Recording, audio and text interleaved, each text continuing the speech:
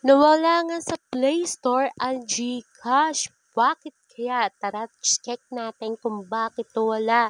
Ayan, makikita nyo, pagka-click mo pa lang ng Play Store, may makikita ka na dyan kung bakit, diba? Pero, mamaya na natin ipapaliwanag kung bakit nawala si GCash. Scroll ko lang, tapos ibinalik ko para ipakita ko na sa inyo. Mukhang eto na ang bagong name ni GCash, ang Globe One. Ayan. Siyempre, mag-i-install tayo dyan kay Globe One para makita natin kung ano nga ba talaga. Doon natin malalaman ng sagot kung bakit nawala si GCash.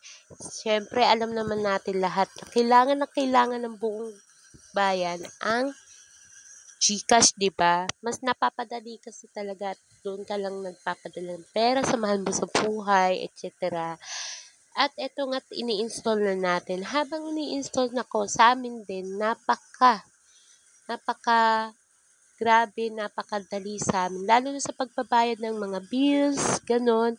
Tapos eto, ang Globe One na, wala ng GCash. Mukhang mababago na naman ako dito. Pero syempre, okay lang yan. Ayan, hinihintay lang natin ma-install ang Globe One. Sanay ako GCash, guys. Bakit kaya nila pinalitan ng Globe One, no?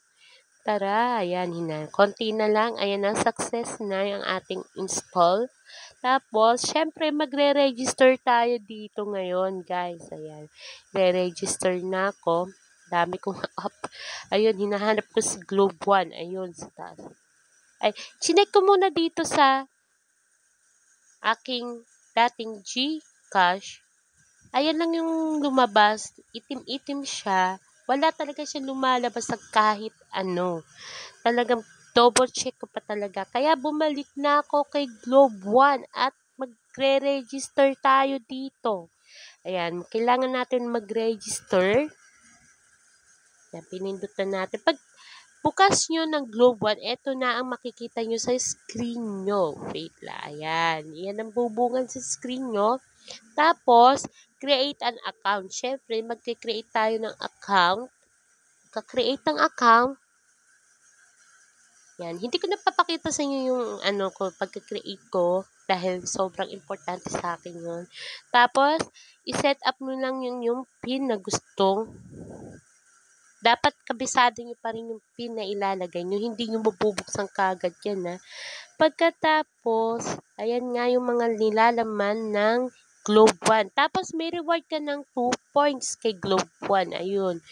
At, ito yung mga features niya na nilalaman. Tama nga ba? Ayan. Siyempre, yun nga pala, ililink ko pala yung Globe One sa GCash. Ayan. Kita mo?